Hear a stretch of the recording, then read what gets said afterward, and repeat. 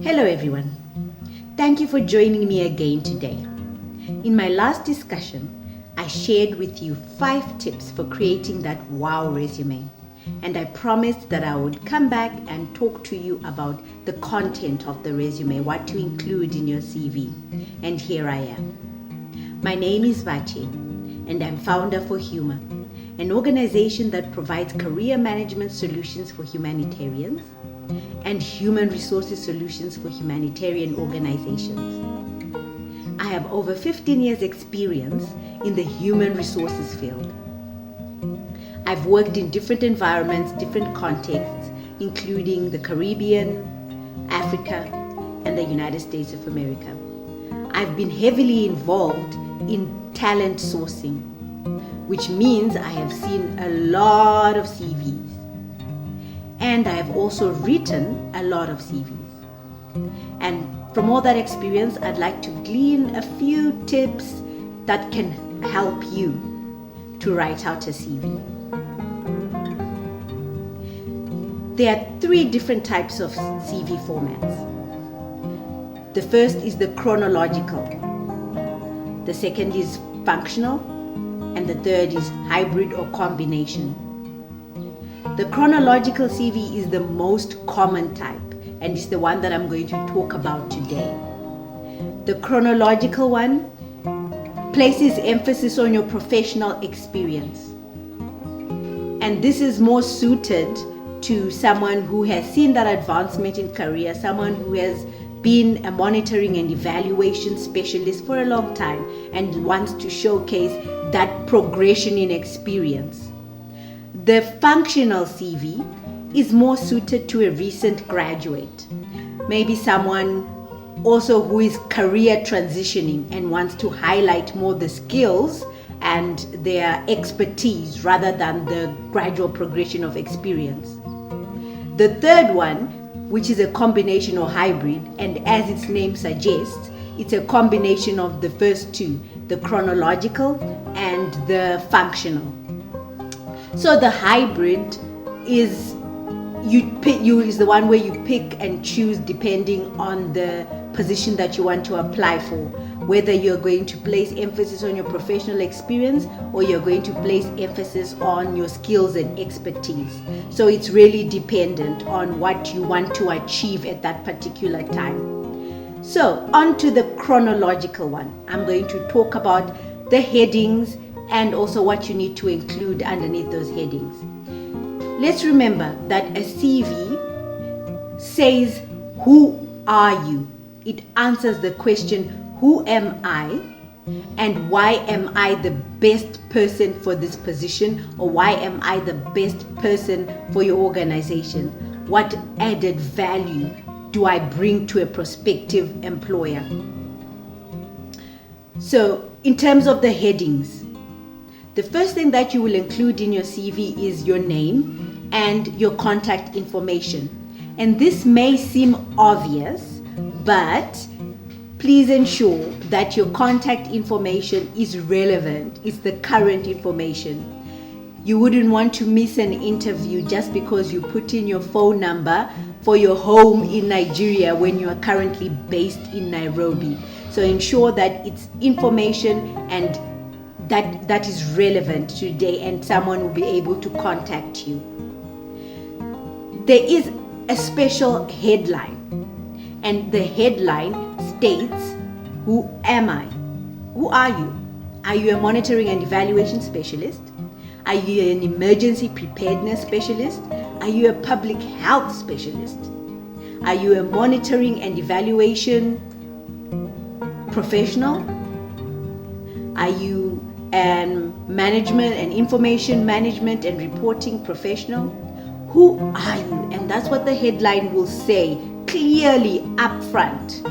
And it will help match the recruiter if they are looking for a financial director. And that's your headline. Then they'll know, okay, this is the financial director. Let me look further down and see what experience they have. So ensure that your headline clearly states who you are.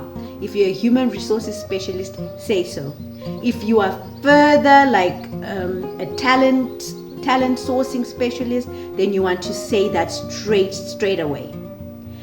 Below that, the next heading is your professional summary or your career focus, professional highlight. The heading is dependent on it's a preference in terms of what you want to call that heading, but underneath there you really want to be talking about your summary. You want to talk about your professional highlights.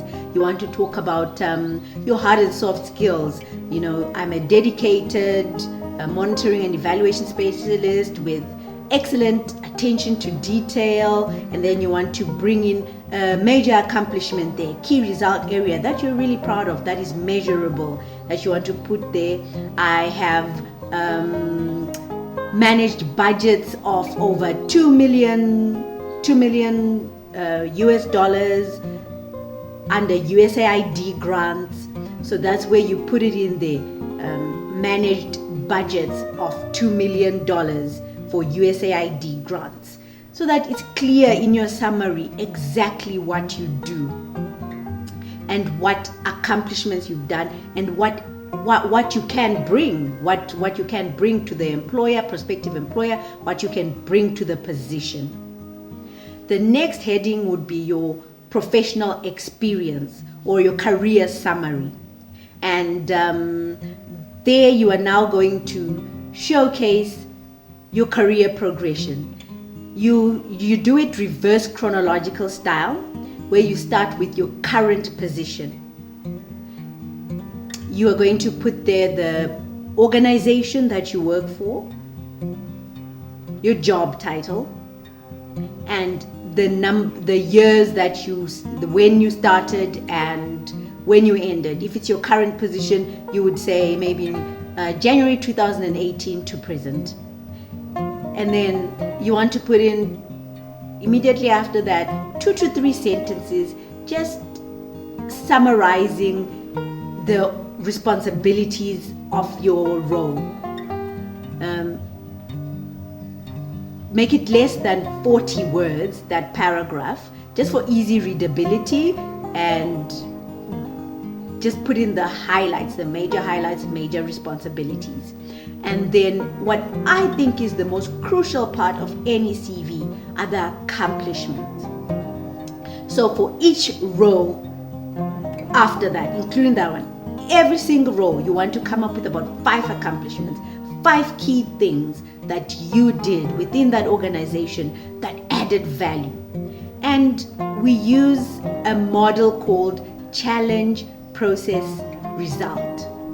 And you ask yourself the question, what was the challenge when I came into this role? Or what was the challenge within this particular gambit, within this particular area of my role? If it's information management or it's information reporting, what was the challenge in reporting? And then what was the process that I took to solve that challenge? And then what was the final result? Challenge, process, result for every single accomplishment. And the more measurable, the better. Make it measurable. If for instance, prior to your coming or prior to your joining or when you joined, reporting was accurate 50% of the time in terms of beneficiary numbers, and you came in and you put in a process or a dashboard or something, you trained field operational staff in information gathering or information collecting, and then because of the process that you did, the result is that now reporting is accurate 80% of the time, or reporting is on time every 2 weeks. Those are the measurables that you want to include in your accomplishments. Once you have showcased your professional experience, shown that gradual progression, including all the highlights of your accomplishments, the next headline is education and professional development. Put in your qualifications, undergrad, your certifications, your masters, show that PhD, but also you want to show that you do professional development. You didn't just stop at your PhD or at your master's. You also do certification. You also do things that are relevant to your profession now. So that's your education and professional development. And then that is really the basic of that's the basic of the content of the CV. I also want to tell you what you should not include.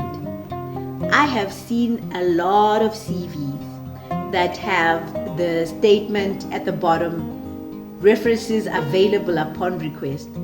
Don't put that, it's really unnecessary, but you do need to have a separate sheet for yourself, and sometimes they do request it. A job ad will request that you put in your references. So you want to keep a separate sheet with your references, their contact details, and always make sure that you keep it updated, because you definitely will need it. The employer will ask for your references. If you make it through, once you make it through the interview, they will ask for your references so that they can check them. They will always ask, so keep that up to date.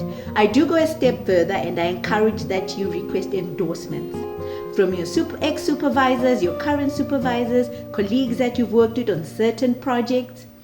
They endorse you. They can write a letter with an endorsement that you can keep in file, and you can always use that for future applications, just to endorse your application. So just a quick browse through the headlines again. Name, information, professional summary or professional highlights, areas of expertise that you want to include in your professional summary, professional experience, education, and professional development. Those are your headings. We do have a template on our website. We will include the link for the template below.